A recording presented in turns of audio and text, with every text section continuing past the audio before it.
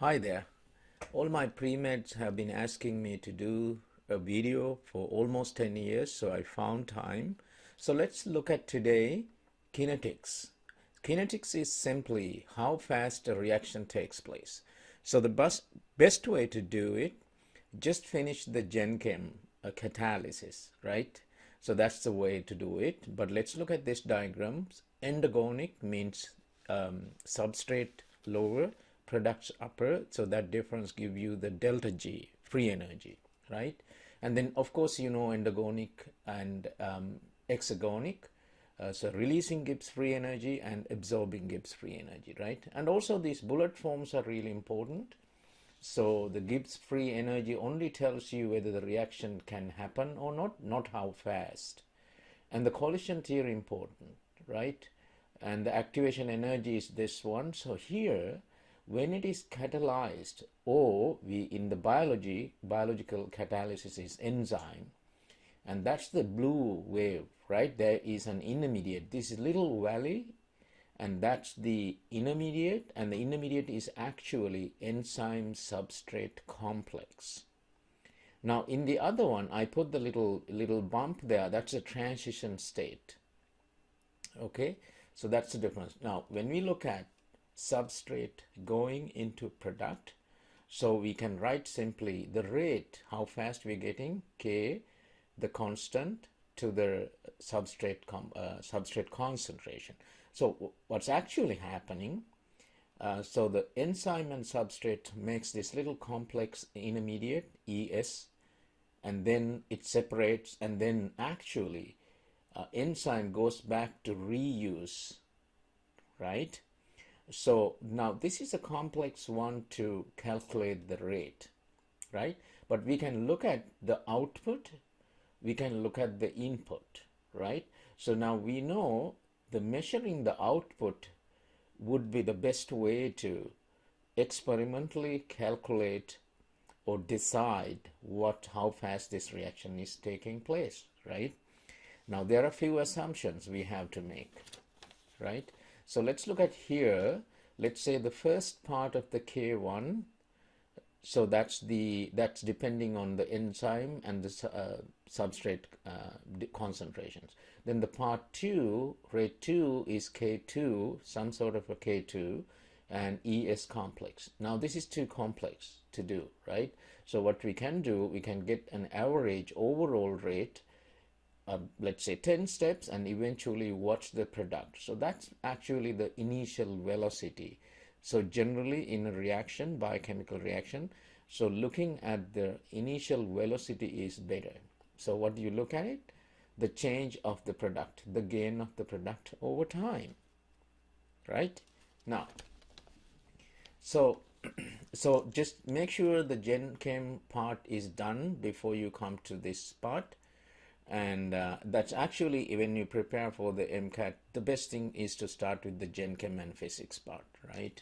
Now, so I'm going to move on to the next part. So the catalysis, the biocatalysis is enzymes, and then also you can put enzymes and ribozymes as well. Now, general things apply here. So that is the what affects the reaction rate. Of course, reaction concentrations, right? In this case, basically, actually think about depending on the demand of ATP, and that depends on the ADP availability, right? And the 37 does not change.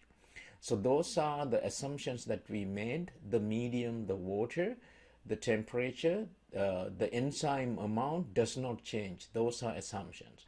The other thing is, if you look at the carbonic anhydrase, it's 1 million times faster than uncatalyzed reaction, right? So therefore we can say if enzyme is not working, almost nothing happening, right? And so the carbonic anhydrase is a good example to know. It's 1 million times faster uncatalyzed versus catalyzed. Okay, so that's just general stuff though. So heavy things coming now. So I'm trying to finish everything you need for the enzyme catalysis for the MCAT, right? Now I'm also going to talk about the opposite of the enzymes, that is inhibitors, right? Of course, inhibitors are, I just put a monster there, but that's not all monsters. We know that, right? So some of the medications are actually inhibitors, and they save our lives, right? Okay. Now let's look at this one. This is the V. That means velocity initial over substrate, and that's the first people, the Michaelis-Menten couple. They studied, this is how the product formation seems against the concentrations of substrate. Then we know every second you have more and more and more substrate, right? You get more and more products eventually with time as well, right? We can do a time graph too. Actually, for the MCAT, it's not really necessary. But you can imagine if you have the reactants concentration in a different one, that would be this one. But you don't need to really study about it. But if you have the sense of it, it'll give you the idea why we care about this change of the substrate concentration, right? But I'm going to erase this one anyway because you have seen that. If you have the idea, it's easier. Now, so the substrate, if you're adding substrate 1 molar, 2 molar, 3 molar, 4 molar, you're adding more so much. Now imagine I have, let's say, 3 moles or 3 molecules of enzyme. It's always constant, like I said. Now, what happens at the beginning of 1 molar, there's only 2 enzymes complexed. And then if you go towards the 4 molar of substrate, all of them are complexed. And you're surrounding with substrate. That's where you reach the Vmax. Now the other thing, see the plateau of Vmax, and that's when the saturation completely occurred, enzyme substrate, and there's plenty of substrate there. And the Vmax plateau, you're never going to reach that one. It's just barely there. Now let's say Vmax is 10, go to 5, which is half Vmax, and draw the line here. You're going to get this Km. That's the Michaelis-Menten constant. So let's put this guy's name. I call the MM hereafter, Michaelis-Menten, right? So they did so much for the catalysis understanding, right? Now this enzyme you're looking at here is something like pepsin. So they have one catalytic site, very simple, and that's how we see this graph. Okay. Now we're gonna move on to now the problem with these ones, right? This is a curve, you see. Now, so you know as pre-meds and meds that you are not really depending on a lot of qualitative data, right? So we need quantitative data. So let's see what to do. So now let me put the Michaelis-Menten formula here. So V naught is Vmax times S divided by Km, Michaelis-Menten constant, plus a substrate. Now this curve is the headache actually, because you can't really find a particular point, right? So now normally I will put the Arrhenius equation 2 later. So that derivatization is important. If you do one derivative for the Michaelis-Menten reaction, what you're going to get is Lineweaver Burk plot. So see, I like this one, LB. Look at this one, Lineweaver line. So we just convert the curve into line. How? By doing the derivatization, right? Now the mathy part, I don't think you really have to memorize it, but if you just know how the graph looks like for the LB plot, that would be enough, right? But you can understand that too. Okay, so let's see. You can make this change into y is equal to mx plus c type. And let me, no, before that, actually there's another important thing here. So look at the Michaelis-Menten formula here. If I have large amount of substrate, what happens is this formula going to change. The bottom Km going to be neglected, and then the S to S cancels out. The V naught becomes Vmax. That's really important assumption that you can make. Sometimes in some of the questions you're going to see that happening. Now the other version is the other side of it. So that means the S is very little, the Km is pretty large. In this case, what happens? You have Vmax over Km, right? So those formulas I will put in the end. So that's the two extremes you can see with the Michaelis-Menten. Now, so we're going to go to the derivatization, the reciprocal. The first reciprocal, you're going to get this way.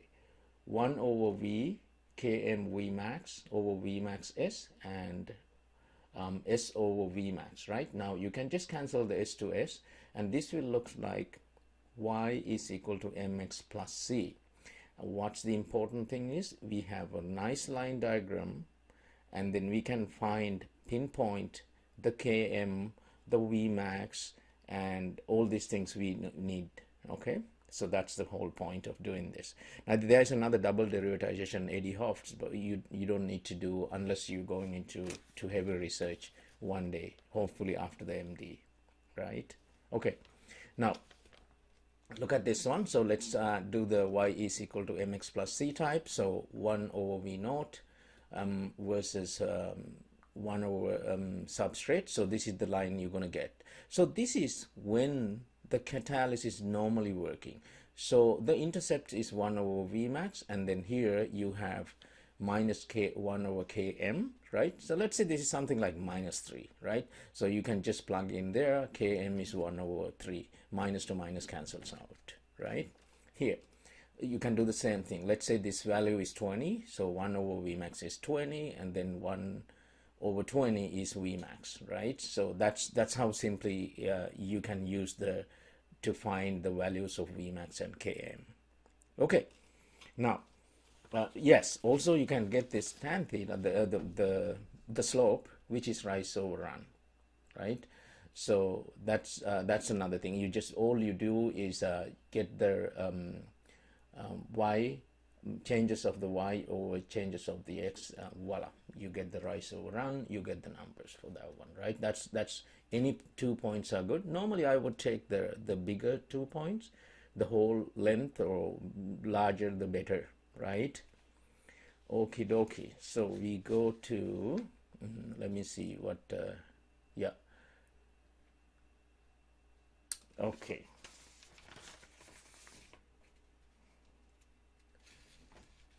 Now we're gonna look at the next thing about the inhibitors, right? So that's a bigger thing. So you know now how to relate the Michaelis-Menten to MM to LB, right?